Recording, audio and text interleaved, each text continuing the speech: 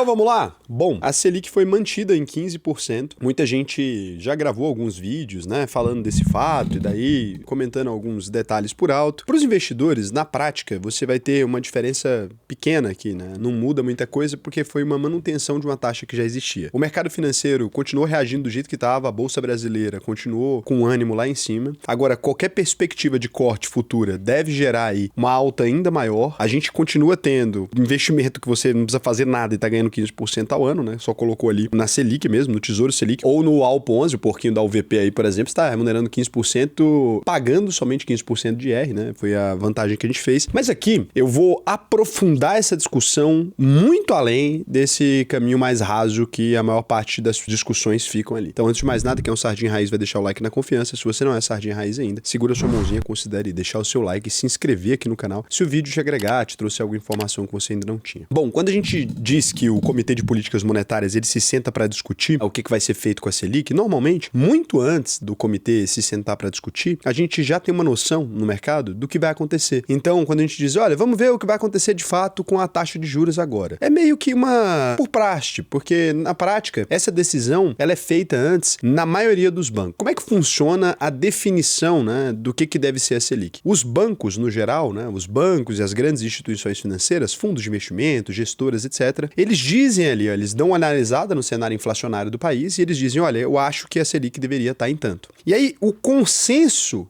desse mercado financeiro é o conselheiro principal do Copom. Então é assim, eles pegam toda essa documentação e falam, olha, o BTG achou isso, o Itaú achou isso, o Bradesco achou isso, a XP achou isso, a gestora tal achou isso, o Fundo Verde achou isso. Então todo o mercado financeiro está dizendo que a Selic deveria estar em 14 ou 13. Então a gente deveria pôr ela em 13. Ah, não, estão dizendo que deveria estar em 15. Então a gente deveria pôr ela em 15. Basicamente, o que o diretor do Banco Central faz é pegar esse apanhado e acrescentar o detalhe, né, as discussões mais técnicas ali, mas costuma seguir o que o mercado acreditava. É muito difícil um diretor do Banco Central querer peitar o mercado. Então, no geral, o diretor do Banco Central ele não peita o mercado, ele simplesmente aceita. E quando peitou, às vezes que peitou ali, pode pegar na época do Armínio Fraga ou de outras pessoas, quando peita o mercado, a coisa fica mais complicada, né? A coisa não sai muito bem desse jeito. E aí, o que estão tentando fazer? Existem alguns sinais de que a nossa economia vai precisar de uma taxa de juros mais alta. O objetivo da taxa de juros alta é sequestrar dinheiro da economia. Ou seja, fazer com que mais pessoas queiram investir e deixar o dinheiro parado, isso sequestra dinheiro da economia. Você tem um aumento na taxa de juros, então as empresas estão menos dispostas, os bancos e tal, estão menos dispostos a emprestar dinheiro. O tomador de crédito está menos disposto a tomar empréstimo e assim fica. No Brasil, a Selic é o principal mecanismo de controle da inflação. Raul, tem outras formas de controlar a inflação, né? Que é esse aumento de preços que a gente percebe no mercado, etc. Tem. Se a gente, por exemplo, abaixar o preço da gasolina ou do diesel, como tudo no Brasil é transportado via rodovia, obviamente vai abaixar. Se a gente abaixar o preço do pedágio, obviamente vai abaixar, né? Então você vai perceber uma diminuição no custo da logística que imediatamente vai provocar uma queda da inflação em diversos lugares. Existem outras formas. Por que o Banco Central ele não faz absolutamente nada? Por que o Banco Central ele simplesmente mexe na taxa de juros? Pessoal, não tem nada que o Banco Central possa fazer a não ser mexer na taxa de juros. Esse é um ponto, tá? Toda vez que você vê alguém criticando o presidente do Banco Central,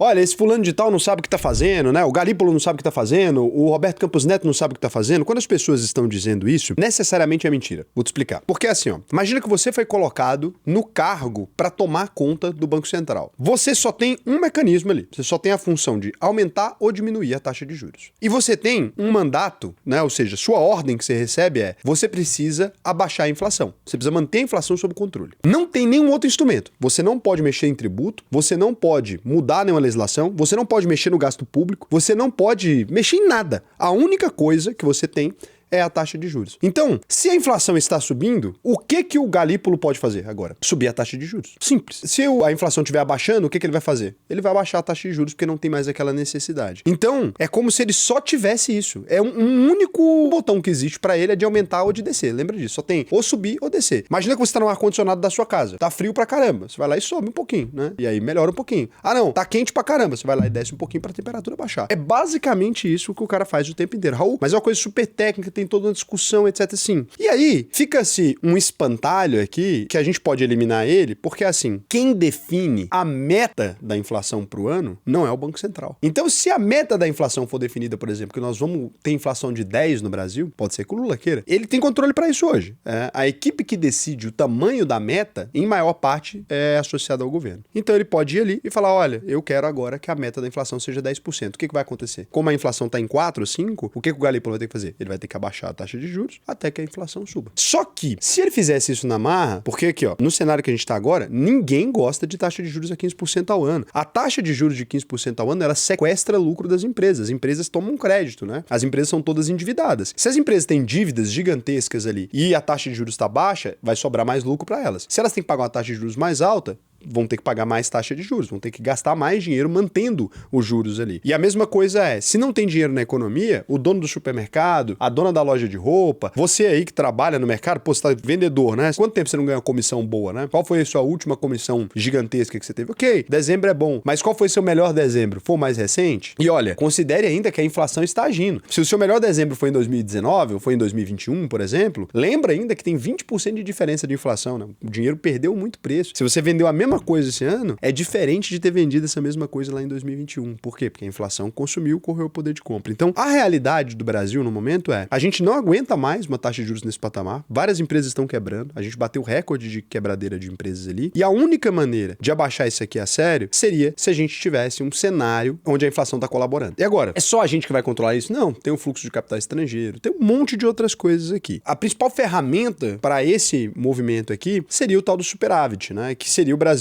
gastar menos do que ele arrecada. Então, se o Brasil gastasse menos do que ele arrecada, a gente conseguiria organizar mais as contas públicas, a nossa dívida pararia de crescer nessa escala, porque quando você coloca a taxa de juros nesse tamanho, a dívida cresce muito rápido e a gente teria algum controle. Mas aí eu te pergunto, existe alguma chance factível disso acontecer no ano eleitoral? Porque a gente está no ano de 2026, né? Nesse ano agora, os municípios vão gastar dinheiro, os prefeitos ali vão ajudar os governadores, né? Os governadores vão gastar todo o dinheiro que eles têm no caixa. Aqueles que querem sair para candidato à presidência da República, como vão gastar mais. Os estados estão cheios da grana, vou te ser bem sincero. O estado de Goiás está cheio de dinheiro, Rio Grande do Sul está cheio de dinheiro. Ah, o dívida não. Olha o nosso orçamento que eles têm como, né? Eles têm como gastar dinheiro agora. Então, esses estados onde os governadores estão querendo se candidatar, obviamente eles vão gastar dinheiro nessa campanha de reeleição. Então, muito provavelmente a gente deve ver uma explosão de gasto público aqui. Teoricamente, essa explosão de gasto público associada a uma vitória do Lula não é bem vista pelo mercado. É verdade, eu fui lá agora, né, num evento, saí daqui de Goiânia para ir lá no BTG em São Paulo, tava tendo um encontro com o Samuel Pessoa, um grande economista e tal, e todo mundo discutindo,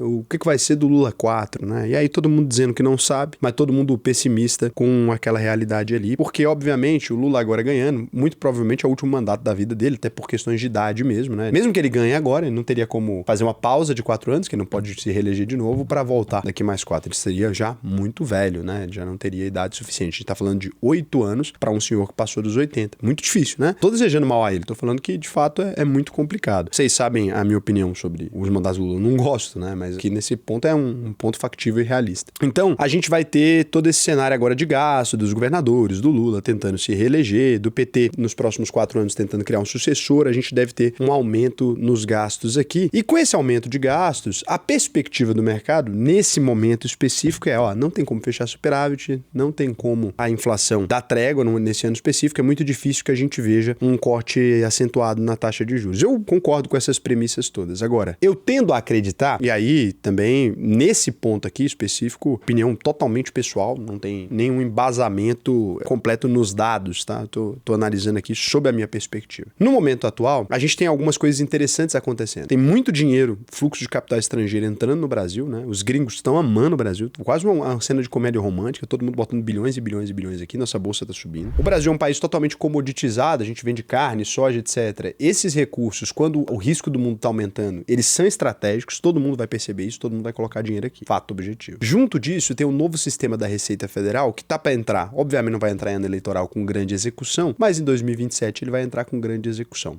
Então, esse sistema, ele é arrecadatório. Ele aumenta a arrecadação do país. Estão dizendo, né, o sistema 150 vezes maior que o Pix. Você imagina aqui, todo mundo pagando tributo, esse pessoal que é autônomo, e aí você vai lembrar do seguinte, eu tendo a acreditar, é totalmente baseado na minha opinião, que tem muita muita gente, muito mais gente sonegando imposto do que o brasileiro médio acha que tem. Porque é o seguinte, você lembra quando falou que ia verificar as transações de Pix acima de R$ 5.000? Com uma manifestação gigantesca da população, completamente orgânica. Não me parece que aquilo era 10% da população. O vídeo do Nicolas tem mais de 300 milhões de visualizações. As pessoas viram mais de uma vez. Será que uma população de só 10% ganha acima de um salário, 2 salários, que é o que dizem aí? 20% falam, na melhor das estimativas, e 70% ganha até um salário mínimo. Será que a população ficaria tão revoltada com a verificação de uma movimentação financeira de 5 mil se não tivesse movimentando esse valor? Com esse sistema novo, subir na arrecadação, acho que é isso, e com a reforma mostrando que a gente tem o maior IVA do mundo, com a arrecadação gigantesca, batendo recorde ano após ano, né? O Brasil pagando imposto pra caramba, eu acredito,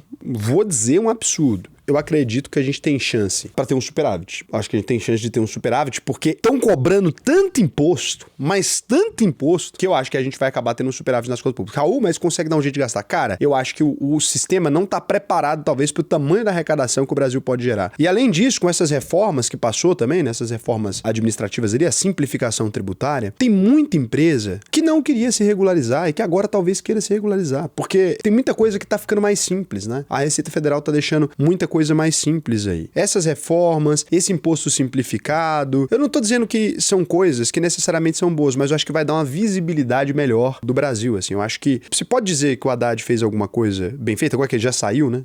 Se a gente pode dizer que ele fez alguma coisa bem feita, é uma mistura dele e do Paulo Guedes. Vou ser bem sincero aqui, porque vocês sabem que eu não tenho essa frescura, né? A junção dos dois, alguns marcos importantes passaram no mandato do Paulo Guedes, né? Pô, marco de saneamento, destravou construção de ferrovia. Cara, conseguiu destravar muita coisinha boa, assim, né? Conseguiu simplificar algumas questões tributárias. E o Haddad veio, sem falar que estava dando continuidade, mas deu uma continuidade muito boa no trabalho do Paulo Guedes em alguns aspectos, né? Apesar de ter criado um imposto novo por dia, ele deu uma melhorada. Isso vai gerar bons frutos, na minha opinião. Então, assim, apesar do pessimismo que tá rondando a Faria Lima e tal, eu volto a dizer, né? Eu acho que o Lula não vai fazer um bom mandato, como não acho que fez um excelente mandato agora, não acho mesmo. Até comparado pros padrões do Lula de mediano pra ruim, considerando Lula 1 e Lula 2, de mediano pra ruim. Acho que ele perdeu a mão até na base dele mesmo, agora que ele conseguiu, graças ao Trump, recuperar um pouco da popularidade, graças também ao controle da inflação de alimentos, e eu acho que esse mandato pode até ser pior. Só que, com um Congresso mais à direita, deve vir de novo, mais ou menos a mesma coisa, não tem como mudar isso. Um pouco de pressão, porque ele já veio de um descontrole financeiro, de 4 anos gastando, e ele vai entrar agora pra reeleger. Se ele pegar pesado no acelerador no primeiro ano de mandato e gastar desse jeito que ele fez no anterior, ele não termina os 4 anos na popularidade. Eu acredito que ele queira fazer um sucessor, né? É da vaidade do Lula querer terminar bem. Eu acredito, então, que por vaidade a gente consiga ver isso. Então, quando a gente olha pra esse emaranhado todo e pros números, eu diria que eu tô otimista com o mercado brasileiro. Com o mercado, não com a política. A política eu tô achando uma merda pra mim. Um Tarcísio aqui teria encaixado bem. Infelizmente, não foi possível, né? A decisão do Bolsonaro foi manter o controle sobre a direita. O Flávio Bolsonaro pode ganhar, acho que pode, mas eu acho que é um candidato menos realista do ponto de vista de vitória do que o Tarcísio era. Até me surpreendi que ele fala bem e tal, mas, cara, não tô acreditando que vai dar Tarcísio, não. Quando eu olho os números, a realidade, né, o PT agora já mais esperto que a internet, cara, estão tirando minhas frases tudo de contexto, inclusive pegando vídeo meu, postando, falando coisa que não tem nada a ver, me chamando de bolsonarista, né?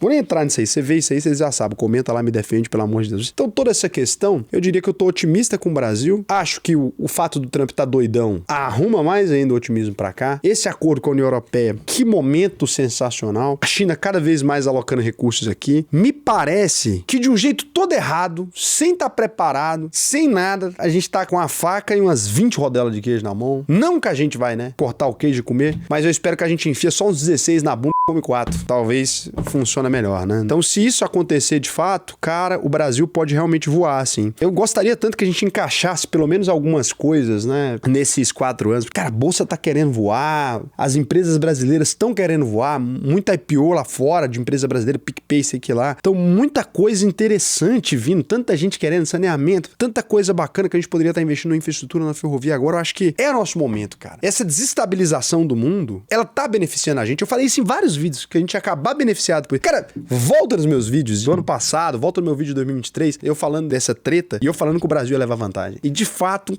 a gente levou vantagem, cara. Na situação toda, quando ninguém sabe o que fazer, todo mundo lembra de estocar comida. É a mesma coisa que pandemia. E aí o Brasil é o estoque de comida do mundo, né? Então é isso. Eu quero aproveitar muito essas oportunidades de agora. Se você quiser aproveitar também, entra aí, alvp.com.br, clica no botão, faça a sua análise de perfil aí, preencha o questionário, que pra mim vai ser um prazer te ensinar a investir no Brasil e no mundo inteiro. Lembrando o seguinte, né? No meio dessa confusão toda, no ano passado, enquanto ninguém acreditava na Bolsa Brasileira, ninguém mesmo, todo mundo só pessimismo, a gente lançou um ETF de ações, cara, no Brasil. Então, assim, ali dá pra ver o nosso viés, né? A gente tava preparando pra pegar uma alta. A gente imaginava que ia acontecer. Se estivesse achando que o mercado ia explodir pra baixo, eu não mexia com o ETF de ações em 2025, né? Cara, tá subindo 40%. É loucura. E tudo tá subindo. Não é porque a gente é incrível, não. Tudo na Bolsa tá subindo muito mesmo. Muito interessante. Aproveita essa janela. Entra pra investir, porque senão depois você vai ficar, ó, mamando o dedo aí, o negócio tá feio. Acredito que a gente tem uma boa chance aí de ir bem. Lógico, depende do cenário eleitoral, depende da conjuntura, depende da taxa de juros, depende do Galípolo manter a cabeça dele no lugar, aguentar porra.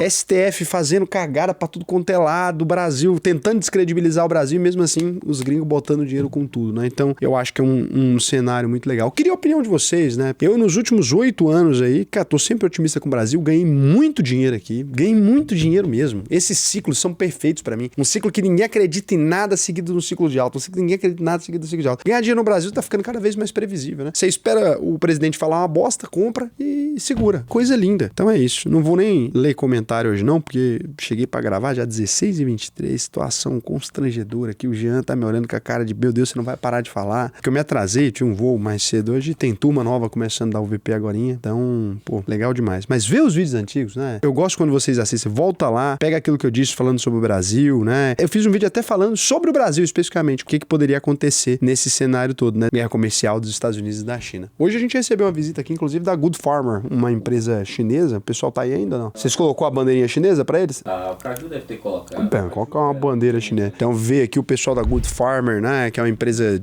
que vende fruta lá na China, né? O Brasil exporta fruta pra lá. Cara, muito interessante mesmo. Beijo.